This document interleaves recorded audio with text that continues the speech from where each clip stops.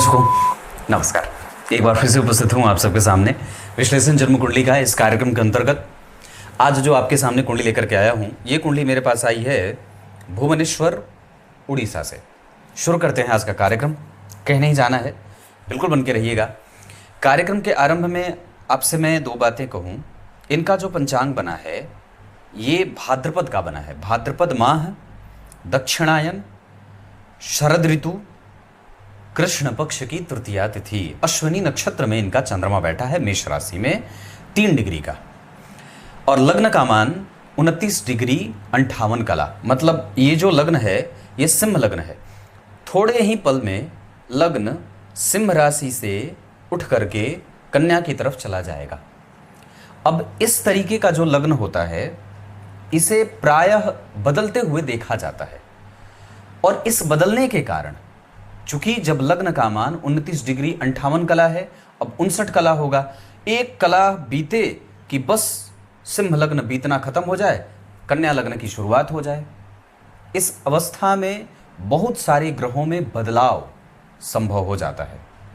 चंद्रमा चूंकि 3 डिग्री के हैं, लग्न का मान चूंकि बदल रहा है, इस कारण से हमें हमेशा ही इस जातक को ये विश्वास दिलाना चाहिए कि अपने करियर पे, अपने काम पे, अपने निर्णय पे बिल्कुल ही मजबूती से कायम रहे।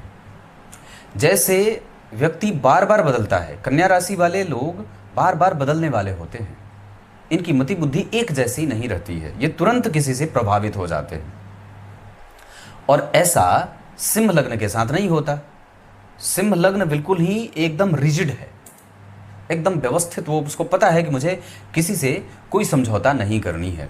जबकि कन्या लग्न समझौतावादी होता है, वो बचकाना है ना, तो उसे तुरंत ही लोभ, लालच और ये जो चीज़ें हैं उसे तुरंत प्रभावित कर जाती है। जबकि सिंह लग्न को लालच नहीं है, वो बिल्कुल सिद्धांतों को भली भांति पूरा करने वाला है। अब चंद्रमा चूंकि 3 डिग्री के अश्विनी नक्षत्र में, जरा सोच के देखिए तो नक्षत्रों की जो सीरीज है उसमें से सबसे जो आरंभ का नक्षत्र है वो केतु का है। सूर्य का हो सकता था, चंद्रमा का हो सकता था, मंगल, बुध, गुरु, शुक्र, शनि, किसी का भी हो सकता था।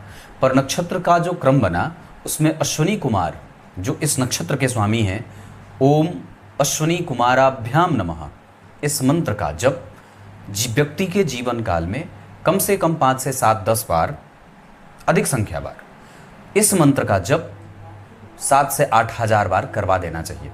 इतना ही नहीं, अगर ये हो जाता है तो उसके अतिरिक्त चिरचीटा जिसको बोलते हैं आपा मार्ग, उसकी जड़ रविवार के दिन अपने दाहिनी भुजा में धारण करना चाहिए। घी, तेल, काला तिल, सफ़ेद तिल, इसके साथ उड़द, मोटा अनाज, इन सभी चीज़ों का दान करना चाहिए। शहद, चीनी, गुड़, है ना, इन सभी चीज़ों का दान व्यक्ति से करवाना चाहिए। पंचांग में जो बात दिख रही है उसमें ध्रुव योग में व्यक्ति जन्मा है, और जिस भी जातक का जन्म ध्रुव योग में होता है वो अटल सत्य बोलने वाला और गंभीर मानसिकता का, श्रेष्ठ बुद्धि का होता है। पर चूंकि लग्न का मान बदल रहा है, चंद्रमा अश्विनी नक्षत्र में बैठे हैं, इस वजह से कभी कभी उसमें भ्रम भी होगा। अश्विनी नक्षत्र के जन्मे लोग बड़े सुंदर होते हैं देखने में, और इनके पास बाहर का धन खूब आता है। ये बाहर जाएं, विदेश जाएं, विदेशी शिक्षा प्राप्त करने के लिए दूर जाएं, बहुत उत्तम रहेगा। पूर्वी देशों में, जैसे हमारे भारत से जो देश पूरब दिशा में पड़ते हों, उस दिशा में धन कमाने के लिए जाना चाहिए, पढ़ाई करने के लिए जाना चाहिए। कृष्ण पक्ष के तृतीया तिथि के चंद्रमा शुभग्रह होते हैं, और कृष्ण पक्ष का जन्म हुआ तो संतान में दिक्कत नहीं होगी। कृष्ण पक्ष के तृतीया के चंद्रमा शुभग्रह हो गए, अब व्यक्ति संतानवान होगा, श्रेष्ठ संतति का मालिक होगा, संतति का सुख, अतिरिक्त व्यय नहीं है व्यक्ति के पास। उच्च के गुरु 12वें भाव में बैठे हैं, लग्न में भाग्य भाव का स्वामी बैठा है, भाग्यशाली बना रहा है। इतनी बढ़िया कुंडली बन गई। दशम स्थान में उच्च के राहु बैठ गए।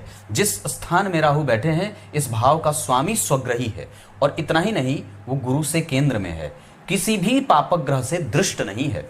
भाग्य भाव के स्वामी मंगल बनते हैं लग्न में, और भाग्य भाव में स्वतः इस कुंडली के 12वें भाव के स्वामी बैठ गए। तो भाग्य का स्वामी लग्न में, लग्न का स्वामी धन में, धन के स्वामी धन में, धन के कारक उच्च के। इस वजह से पैतृक संपत्ति, वाणी का सुख, इनिशियल एजुकेशन, जो थॉट है वो बड़ा अच्छा है। अभी समस्या शुक्र की चल रही है, जो 2028 के फरवरी तक व्यक्ति में बदलाव लाएगा। बदलाव कैसा? अब बच्चे जब युवावस्था को प्राप्त करते हैं, किशोर होते हैं, प्रौढ़ होते हैं, तो उनमें एक अलग प्रकार का दंभीपन देखने को मिल जाता है। वो घमंड, वो अपने कर्म पे बल कि मुझे मेरे भुजाओं पे विश्वास है कि मैं कुछ भी कर दूंगा। तो इस तरीके का जो प्रभाव है वो व्यक्ति को अवस्थागत वो आती हैं।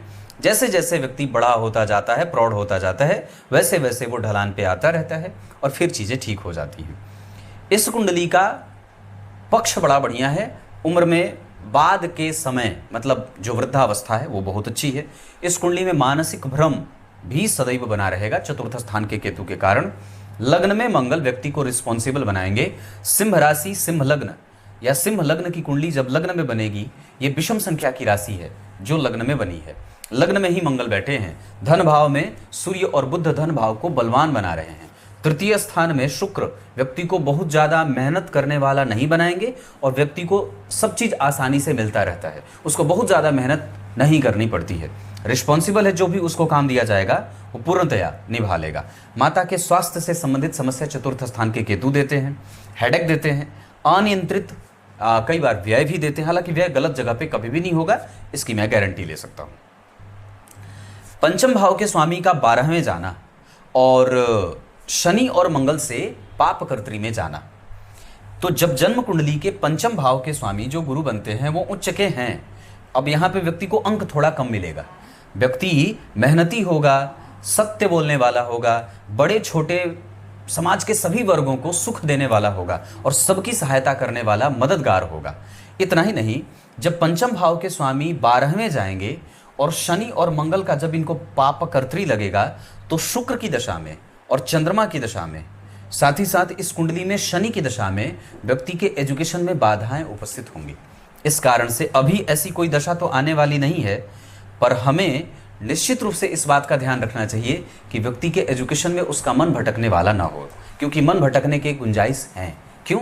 क्योंकि पंचमेश पापकर्त्री में और जन्म कुंडली में शुक्र और चंद्रमा जब आमने सामने बैठ जाते हैं तो व्यक्ति का सुंदरियों को देख करके, कई बार जो गीता जी के दूसरे अध्याय के 59वें श्लोक और 60वें श्लोक में इसी इंद्रियों के वश में करने पे भगवान ने बात कही है ना। स्थित प्रज्ञ शब्द आया है, वहां पे इंद्रियों पे वश करने की बात की गई है। जिसका मन कभी भी किसी भी सांसारिक वस्तु को देख करके भटकता ना हो, उसे भगवान ने स्थित प्रज्ञ कहा है। और जिसकी मति बुद्धि बार बार वस्तुओं को देख करके, सांसारिक सुखों को देख करके, चीज़ों को देख करके, सुंदर चीज़ों को देख करके भटक जाता है, उसे श्रुति विप्रतिपन्न कहा गया है। क्या कहा है? श्रुति विप्रतिपन्न।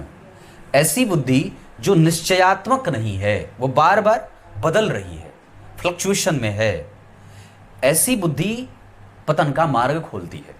और जो बिल्कुल ही स्थित प्रज्ञ है, जिसको पता है कि उसको अपने इंद्रियों पे कैसे कंट्रोल करना है, उसको कैसे अपनी चीज़ों को प्राप्त करने के लिए कितना उसमें समाना है और कितना उससे दूर रहना है। मन बुद्धि चित्र ममता समता अहमता का जो भाव है, उस पे नियंत्रण रखने की आवश्यकता होगी। क्योंकि ऐसा शुक्र और चंद्रमा जब एक दूसरे को देख लेते हैं और पंचमेश जब पाप कर्त्री में चले जाते हैं, तो व्यक्ति का विवेक, व्यक्ति की बुद्धि, व्यक्ति का अनुभव और व्यक्ति का ज्ञान होने के बावजूद कई बार चीजों से प्रभावित होने के कारण अपना नुकसान करा देते हैं।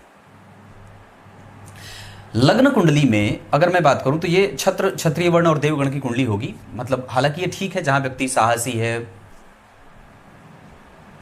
बलवान है, पराक्रमी है, हठी है, कई बार उसे क्रोध भी आता है, पर दाम्पत्य वैसे ठीक है। देवगण के होने के कारण व्यक्ति में सबको जियो और जीने दो का सिद्धांत अपने जीवन में लागू करने वाला, आरंभ में थोड़ा खूंखार, थोड़ा कठोर और ऐसा होता है, पर बाद में चल करके वो चीज़ें ठीक हो जाती हैं। इसके अतिरिक्त इस कुंडली में पत्नी के आने के बाद भाग्य का लाभ बहुत अच्छा है। दाम्पत्य का सुख बहुत अच्छा होगा। शनि की दशा में व्यक्ति के पैसे अटक सकते हैं, इस वजह से किसी को देने से पहले बचना चाहिए। शनि मंगल और गुरु के साथ राहु केतु सबका संबंध जन्म कुंडली के अष्टम भाव से है। गुरु की 9वीं दृष्टि, शनि की 10वीं दृष्टि, मंगल की 8वीं दृष्टि, केतु की 5वीं दृष्टि, सूर्य और बुध की 7वीं दृष्टि। इसका अर्थ है कि इस कुंडली का जो सबसे ज्यादा संक्रामक है भाव, जिस पे सभी ग्रहों का संक्रमण है ना, जिस पे सारे ही ग्रहों की दृष्टि है। शनि भी देख लिए, राहु केतु का भी प्रभाव पड़ गया, गुरु भी देख लिए, सूर्य बुध भी देख लिए, मंगल भी देख लिए। तो सारे ग्रहों का प्रभाव जब जन्म कुंडली के अष्टम भाव पे पड़ेगा तो दो बातें निकल के आएंगी। या तो व्यक्ति का कंसंट्रेशन बहुत अच्छा है, या तो फिर वो बिल्कुल ही भ्रमित है। अब ये भ्रम होगा कब? तो शुक्र, शनि, मंगल, राहु, केतु की दशाओं में उसका मन भटकेगा चीज़ों से, पढ़ाई से, एजुकेशन से, अपने लक्ष्य से। इन सभी चीज़ों में व्यक्ति में भटकाव देखने को मिल सकता है। साथ ही साथ यहाँ मैंने एक सिद्धांत बताया था कि जब जन्म कुंडली के अष्टम भाव पे अपने मित्र की राशि को या किसी भी तरीके से अष्टमेश अगर अष्टम भाव को देख ले हो या शनि अगर अष्टम भाव को देख लेते हो तो व्यक्ति अपने जीवन में अकूत संपत्ति अर्जित करने वाला होता है। इसमें कोई दो राय नहीं है। किसी ने बात लिखी थी कि आप हमेशा धन के बारे में बात लिखते हैं, आप स्वयं कितने हैं? मैंने कहा मैं बहुत हो गया हूँ, इसी वजह से लोगों को बनाना चाह रहा हूँ। और लक्ष्मी मैया की कृपा सबके लिए आवश्यक है। मैं ऐसा अगर कह दूं कि मुझे नहीं चाहिए तो मैं ऐसा नहीं हूँ, मुझे भी चाहिए और आपको भी चाहिए। दुनिया के जितने जुगत हैं वो सब धन, और हमारी साक्षात जो देवी मैया हैं, लक्ष्मी मैया हैं, वो हमारी मैया हैं और हम उनके पुत्र हैं। और हमारे पिता साक्षात नारायण जो उनकी अर्धांगिनी है, नारायण की अर्धांगिनी। तो इनकी आवश्यकता सबको है। अगर ये ना रहें तो व्यक्ति बिलबिला जाए, और 2 दिन अगर धन की आवश्यकता में व्यक्ति को बिताना पड़े और ना आए तो बड़ी समस्या खड़ी हो जाती है। इस वजह से सबको ही चाहिए, पर आवश्यकता इस बात की है कि धन कमाने के लिए जो हम जुगत लगा रहे हैं वो गलत तरीके से नहीं लगा रहे हैं। हम अपने माता के स्नेह को, उनके आशीर्वाद को प्राप्त करने के लिए किस तरीके का कृत्य कर रहे हैं, बात समझ में आनी चाहिए कि हमारे द्वारा धन कमाना है। मैं धन निश्चित रूप से कमा रहा हूं, पर उसमें मैं किसी को बेवकूफ़ तो नहीं बना रहा, किसी को ठग तो नहीं रहा, किसी को गलत राय तो नहीं दे रहा, अपने धर्म, अपने वर्ण के आश्रम का पालन नहीं कर रहा। ऐसा नहीं होना चाहिए। जो वर्ण के आश्रम बनाए गए हैं, जो वर्ण के धर्म और कर्म बनाए गए हैं, उससे युक्त होते हुए ही हमें धन प्राप्त करना है। और इसमें इस बात का ध्यान रखना चाहिए कि हमारे माता और हमारे पिता स्वरूप जो नर नारायण हैं, जो नारायण और उनकी अर्धांगिनी मैया हैं, वो कभी भी हमारे किसी कार्य से रुष्ट ना हो। उनकी तपस्या में, उनके द्वारा बनाए गए नियमों में, जो ग्रंथों में और वेदों में लिखे गए हैं, उनको पालने में हमारे से कोई चूक ना हो। धन कमाने का असली तरीका आपको बहुत सारे साधन मिल जाएंगे, यूट्यूब पे भरे पड़े हैं, पर वस्तुतः वो शास्त्रगत कितने हैं, प्रश्न तो ये उठता है। इस वजह से हमारी कुंडली में अगर ग्रह अच्छे बैठे हैं तो हम राख भी छुएंगे तो सोने हो जाए। और अगर हमारी कुंडली के ग्रह जो साक्षात भगवान के ही स्वरूप होते हैं, अवतार हैं, अगर वो कमज़ोर बैठ गए, इधर उधर तितर बितर हो गए, तो फिर हम सोना भी छुएंगे तो हमारा राख हो जाना है। अब बात करते हैं नवांश कुंडली में। धनु लग्न का नवांश बनता है लग्नेश लग्न में बलवान होके, उच्च के शुक्र, चंद्रमा वर्गोत्तम, 12 में शनि, मंगल तुला के बैठे हैं। इस वजह से दाम्पत्य में कभी कभी खट्टे मीठे संबंध देखने को मिलेंगे, हालांकि वहाँ पे ऐसी कोई कमजोरी वाली बात नहीं है। नवांश कुंडली के सप्तम भाव में राहु का बैठना और सप्तमेश का 6वें भाव में जाकर के भाव की सुरक्षा करना, इस वजह से दाम्पत्य भी ठीक होगा। उच्च के शुक्र और सूर्य के बैठने के कारण यहाँ पे कभी कभी मतभेद या कंफ्यूजन वाली स्थिति बनी रहेगी, हालांकि उसे मैं बहुत अच्छा कहूँगा। दशमांसा कुंडली में उच्च के चंद्रमा का, गुरु का और सूर्य के साथ शनि का बैठना, यहाँ पे संघर्ष की स्थिति थोड़ी सी दिखेगी कारोबार में। शुक्र और मंगल का प्रभाव व्यक्ति अपने लाभ को लेकर के, अपने जीवन में प्राप्त करने वाली और जो लक्ष्य है उसके प्रति बहुत एनर्जेटिक, उसके प्रति एक ऑप्टिमिस्टिक व्यू रखने वाला भी होता है। दशमांसा कुंडली में शुक्र और शनि एक दूसरे से नवम पंचम के संबंध में बैठे हैं। गुरु सिंह राशि में, मित्र की राशि में, और बहुत अच्छी स्थिति में बैठे हैं। इस वजह से व्यक्ति के कारोबार से उसको कोई भी दुख प्राप्त नहीं होगा।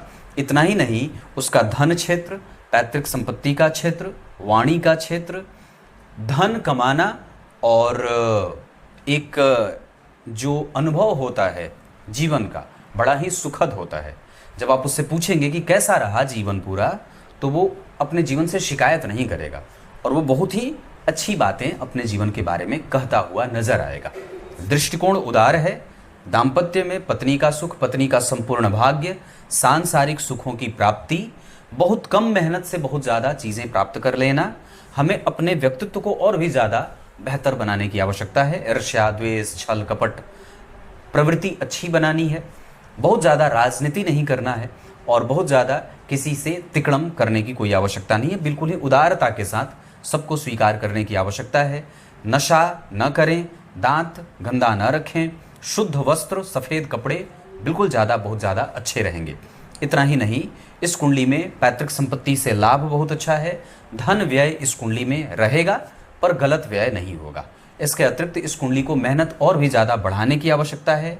इतना ही नहीं, ये कुंडली अपने पैतृक संपत्ति की सुरक्षा करने वाली और नए धन जोड़ने वाली भी बन रही है। चतुर्थ स्थान के केतु के कारण यहाँ पे कई बार, और चतुर्थ इसका जन्म कुंडली में लग्न में बैठने से संपत्ति का सुख बहुत अच्छा होता है। और इतना ही नहीं, वो व्यक्ति कई बार अपने कुल के प्रभाव को वृद्धि में रखने वाला भी होता है। एजुकेशन में बाधाएं उपस्थित होंगी मंगल और शनि, राहु, केतु, शुक्र की दशाओं में, जैसा कि अभी शुक्र की दशा चल रही है। इतना ही नहीं, इस कुंडली में नौकरी और व्यापार दोनों ही किया जा सकता है। ये अपना काम भी कुंडली कर सकती है और सरकारी नौकरी के साथ साथ अपने पिता का कारोबार भी संभाल सकती है। ससुराल वालों से संबंध अच्छे हों, इसका ध्यान रखना होगा। और इतना ही नहीं, इस कुंडली की दिनचर्या ठीक होनी चाहिए। दिनचर्या बिल्कुल ही अस्पष्ट न हो, जितना ज़्यादा हो सके बेहतर दिनचर्या का पालन करें। इससे पिता और माता के संबंध ठीक रहते हैं, पिता की आयु बढ़ती है और साथ ही साथ आपका भी यश बढ़ता है। रिसर्च पे काम करने की आवश्यकता है। कंसंट्रेशन बिलो ना हो, क्योंकि सारे के सारे ग्रहों का प्रभाव जन्म कुंडली के जब अष्टम भाव पे पड़ता है तो व्यक्ति का व्यवहार कई बार समझ नहीं आता है और वो खुद भी कई बार अपने आप को समझने में दिक्कत महसूस करता हुआ नजर आता है। भाग्य बल ठीक है। हमें इस कुंडली का प्राप्त होना और करियर की ग्रोथ बहुत अच्छी दिखाई दे रही है। इतना ही नहीं, ये कुंडली अपने, मैंने कई बार कही कि मेहनत जितना व्यक्ति करेगा उससे कई गुना ज़्यादा प्राप्त करेगा। ये इस वजह से व्यक्ति के जीवन में शिकायत वाली कोई बात नहीं रहेगी। अष्टक वर्ग के आधार पर मैंने आपको इतनी बातें बताई हैं। बाकी के अन्य जो वर्ग चार्ट फैले हैं उसके आधार पे ये कुंडली लग्न में सिंह राशि का निर्माण करके बैठी है और ये पुरुष की कुंडली है। तो जब कभी भी जातक की कुंडली बनती है और वो जातक अगर पुरुष राशि की कुंडली बनती है, अगर कोई पुरुष की कुंडली हो और विषम संख्या की कुंडली बनी हो तो ये कुंडली वैसे भी बहुत ही मजबूत मानी जाने लगती है। और ऐसी अवस्था में व्यक्ति का जीवन सर्वस्व आगे जाने वाला होता है। उसका साहस, उसका बल, उसका धैर्य और उसके उत्तरोत्तर वृद्धि करने का जो मैदान है वो बड़ा ही सपाट और बेहतर होता है। नक्षत्रों के आधार पर अगर बात करेंगे तो मैंने अश्विनी कुमार के बारे में बात की, चिरचीटिया, वो उसकी जड़ बताई है। इसके अतिरिक्त आपको छोटी मोटी वात जनित समस्या होने का भी खतरा इस कुंडली में है। केतु जो हैं वो गुरु को प्रभावित कर रहे हैं और गुरु कमजोर हो रहे हैं, इस वजह से इस कुंडली में कफ जनित समस्या भी देखने को मिल सकती है। पाचन तंत्र भी इस कुंडली का कभी कभी परेशान हो सकता है। इसके अतिरिक्त इस कुंडली में चतुर्थ स्थान पे मंगल का प्रभाव, राहु का प्रभाव और केतु का प्रभाव है। इस वजह से हमें अपने घर में कलह का वातावरण नहीं बनने देना है। ये कुंडली अपने पिता से थोड़ी दूर होती हुई दिख रही है और सैद्धांतिक पक्ष में अगर देखेंगे तो माता से ज़्यादा ही व्यक्ति का लगाव ज़्यादा रहेगा। बाकी के वर्ग चार्ट के आधार पे अगर मैं बात कर दूं तो सूर्य इस कुंडली में 25% का परिणाम कर रहे हैं, जो कि लग्नेश हैं। लग्न के अधिपति का धन भाव में धन के स्वामी के साथ बैठना व्यक्ति को धनवान योग बनाएगा। धन भाव के स्वामी का धन भाव में बैठना धनवान योग बनाएगा। तृतीय भाव के स्वामी का चंद्रमा से देखना ये व्यक्ति को कोमल विचारों वाला बनाएगा। चतुर्थ स्थान के अधिपति का लग्न में बैठना सुख योग बनाएगा। ये ऐसे ही व्यक्ति को धनवान और सुखी बना देते हैं और व्यक्ति एक से अधिक संपत्ति का अर्जन करने वाला होता है। पंचमेश का 12वें भाव में जाना, पापकर्त्री में लगना, एजुकेशन में, संतान में, दाम्पत्य में, परिवार में, विवेक में, बुद्धि में, ज्ञान में, पेट से संबंधित समस्या में और कृतज्ञता में कमजोरी आ सकती है। इस वजह से हमें इन सभी चीजों का ध्यान देना है हमेशा। छठवें और सातवें भाव के स्वामी होकर के शनिदेव का एकादशवें भाव में बैठना, जहां दाम्पत्य में सुख देगा, क्योंकि सप्तम भाव के अधिपति के ठीक आगे गुरु बैठे हैं तो पत्नी का धन मिलेगा। लेकिन समस्या है कि छठवें भाव के अधिपति एकादशवें भाव में बैठे हैं, यह दारिद्र दोष भी बनता है। इस वजह से हमें शनि की दशा को बहुत ही सावधानी से, और किसी को बिना विश्वास में लिए कोई भी डॉक्यूमेंट साइन करना हो, कोई भी पार्टनरशिप में जाना हो, तो हमें अतिरिक्त सावधानी की आवश्यकता होगी। आप किसी भी व्यक्ति के साथ पार्टनरशिप नहीं कर सकते हैं जब तक उसकी कुंडली पूरी अच्छे तरीके से देख न ली जाए। इसके अतिरिक्त आपकी कुंडली में चंद्रमा 50% का परिणाम कर रहे हैं, हालांकि उससे थोड़े कम ही हैं। मंगल के बाद बुध, गुरु और शुक्र, ये तीनों ग्रह आपकी कुंडली में 100% बहुत अच्छे परिणाम करेंगे और इनकी दशा आपको काफी कुछ देने वाली होगी। जैसे बुध की दशा में धन लाभ, दाम्पत्य, विवाह, संतान। इसके साथ साथ गुरु की दशा में एजुकेशन, बुद्धि, कृतज्ञता और शुद्ध व्यवहार, साथ ही साथ व्यक्ति का मन मस्तिष्क शांत रहे। और शुक्र की दशा में व्यक्ति का करियर, पिता का सुख, दाम्पत्य, परिवार और कम्युनिकेशन, ये बहुत अच्छा होता है। अनुभव का सुख मिलता है, मंत्र का लाभ मिलता है। दान पुण्य करना चाहिए। इसके अतिरिक्त शनि को छोड़ करके, जो कि इस कुंडली के लिए बहुत अच्छे नहीं होते हैं, बैठे भी हैं तो ठीक ठाक बैठे हैं। एकादशवें भाव में पापग्रह का बैठना वैसे खराब नहीं होता है, बहुत अच्छा है। इस भाव के स्वामी स्वग्रही हैं तो लाभ योग वैसे भी बन जाता है। पर इस कुंडली में राहु और केतु की दशा भी 100% तक अच्छा परिणाम देने वाली बनेगी। मतलब हमें राहु और केतु की दशा से घबराने जैसी कोई बात नहीं है, चाहे वो अंतर में हो चाहे प्रत्यंतर में हो। इसके अतिरिक्त अगर मैं बात करूं इस कुंडली में बनने वाले धन योग की, तो मैंने यहां तक चर्चा की थी। अष्टम भाव के स्वामी का अष्टम को देखना, भाव का स्वामी भाव को देखे, सूर्य और बुध देख रहे हैं तो व्यक्ति अपने रिसर्च और अपने काम को लेकर के बड़ा ही सैद्धांतिक होता है और चरित्रवान होता है। हालांकि केंद्र में गुरु और सूर्य नहीं है। नवमांश कुंडली में केंद्र में गुरु आ रहे हैं, दशमांशा कुंडली में केंद्र में गुरु आ रहे हैं। इस वजह से व्यक्ति जैसे जैसे आगे बढ़ता जाएगा वैसे वैसे उसके धर्म के पक्ष में जागृति बढ़ती जाएगी और उसका ज्ञान बढ़ता जाएगा। जब केंद्र में गुरु नहीं हो और नवम भाव में चंद्रमा बैठे हों, चंद्रमा से गुरु केंद्र में जाते हों, तो व्यक्ति को उसका सुख आवश्यक रूप से मिल जाता है। पर हमें आराम से मेहनत करने की आवश्यकता होगी। हमें बहुत ज़्यादा घबराना नहीं है और बहुत ज़्यादा जल्दबाजी से युक्त होकर के कोई निर्णय नहीं लेना है। मित्रों से सदैव सावधान, माता के स्वास्थ्य पे विशेष ध्यान देने की आवश्यकता होगी। अपने आप को प्राणायाम करिए, मेडिटेशन करिए, भगवान के मंत्रों का जप करिए, खूब अच्छे ग्रंथों का अध्ययन करिए, ग्रंथ का दान करिए, पूर्वजों की पूजा करिए, उनकी आराधना करिए, उनकी सेवा करिए, जितना हो सके दान पे बल दीजिए। ये सब चीज़ों की आवश्यकता इस कुंडली में होगी। अष्टम के बाद नवम भाव के स्वामी का लग्न में जाना वैसे भी महाभाग्यशाली योग बनाएगा। दशम भाव में राहु कभी खराब होते नहीं हैं। पंचम और चतुर्थ के साथ दशम और एकादशवें भाव में राहु अगर बैठे हों तो कुंडली वैसे भी सोफिस्टिकेशन वाली हो जाती है। एकादशवें भाव में पापग्रह का बनना ये बहुत अच्छा है। एकादशवें भाव के स्वामी का स्वग्रही होना या अपने भाव में बैठा होना बहुत अच्छा होगा। वैसे सूर्य और बुध यहाँ बलवान होकर के बैठे हैं। राहु से दृष्ट होने के कारण कभी कभी व्यक्ति के निर्णय में जल्दबाजी देखी जाएगी, आत्मविश्वास में कमजोरी हो सकती है और व्यक्ति कोर्ट केस कचहरी के मामले में भी फंस सकता है। ऐसे अवस्था में हमें कभी भी इन सभी चीज़ों से सावधान होना होगा। जब कभी भी राहु की दशा हो, सूर्य, बुध और शनि की दशा हो, शनि में राहु, शनि में मंगल, शनि में मंगल, शनि में राहु, मंगल में शनि, मंगल में राहु, ये सब जो दशाएं होंगी यहाँ व्यक्ति की हेडेक बढ़ सकती है। ऐसी अवस्था से बचने के लिए व्यक्ति को राम रक्षा स्तोत्र का पाठ करना चाहिए, ब्राह्मणों को दान देना चाहिए, एकादशी के दिन रोटी का सेवन करना चाहिए, द्वादशी को आवश्यक रूप से दान देना चाहिए। ग्रहण के समय में निश्चित रूप से ग्रहण के सारे सिद्धांतों का, सूतक काल के सारे सिद्धांतों का पालन भी करना चाहिए। क्लियर है?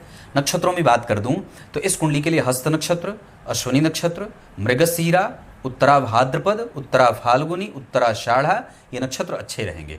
दिन इस कुंडली के लिए रविवार और मंगलवार का बहुत अच्छा रहेगा। दिशा धन कमाने के लिए उत्तर बहुत अच्छी है। पढ़ाई करने के लिए पूरब दिशा बहुत अच्छी है। इसके अतिरिक्त इस कुंडली में विवाह आदि के लिए जो दिशा अच्छी रहेगी वो पूरब बहुत अच्छी रहेगी। तुला राशि तुला लग्न, मेष राशि मेष लग्न, ये दो राशियां। इसके अतिरिक्त मिथुन राशि मिथुन लग्न के जातिकाओं से विवाह किया जा सकता है।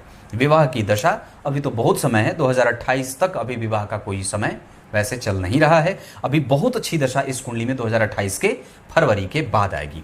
इस कुंडली में कमज़ोर जो दशा जाएगी वो दशा जाएगी 2029 के अप्रैल से लेकर के 2030 के मार्च तक, जहां सूर्य में राहु का कष्ट, मानसिक और कई बार करियर वाले पॉइंट के व्यू से कमजोरी आएगी। इसके अतिरिक्त एक बार 2030 से लेकर के, मतलब 2030 के बाद से लेकर के 32 के दिसंबर तक एक दशा वो भी हमें परेशान कर सकती है। इसके अतिरिक्त उस समय हमें स्वास्थ्य से संबंधित समस्या का ध्यान देना होगा। एक परेशानी का काल 2034 से लेकर के जो आएगा, उस समय 2034 से लेकर 34 के दिसंबर से लेकर के 35 के जुलाई तक, इस दशा काल में भी हमें अतिरिक्त सावधानी की आवश्यकता होगी। एक और दशा जो परेशान करेगी मानसिक रूप से, वो दशा रहेगी 2041 के बाद से लेकर के 2043 के अगस्त तक। इस दशा काल में हमें फिर से एक बार स्वास्थ्य से संबंधित समस्या, माता के स्वास्थ्य की चिंता आदि हमें सता सकती है।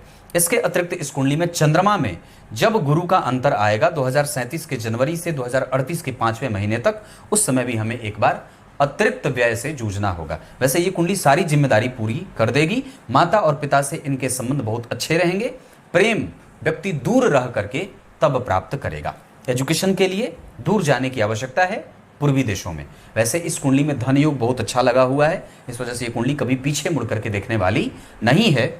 यहाँ के पंचम भाव के स्वामी ही यहाँ के लग्नेश हो रहे हैं, और यहाँ जन्म कुंडली में दशम भाव, दशमांशा कुंडली में लग्न का स्वामी उच्च का होकर के बैठा है। इस वजह से घबराने जैसी कोई बात नहीं है, चिंतित नहीं होना चाहिए।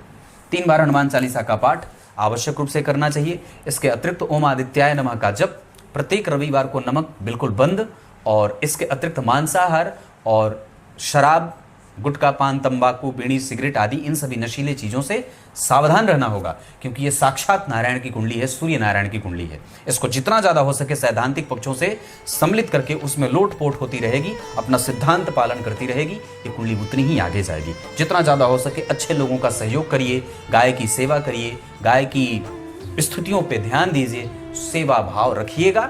नारायण की कुंडली लेकर के आप बैठे। तब तक के लिए बहुत बहुत नमस्कार।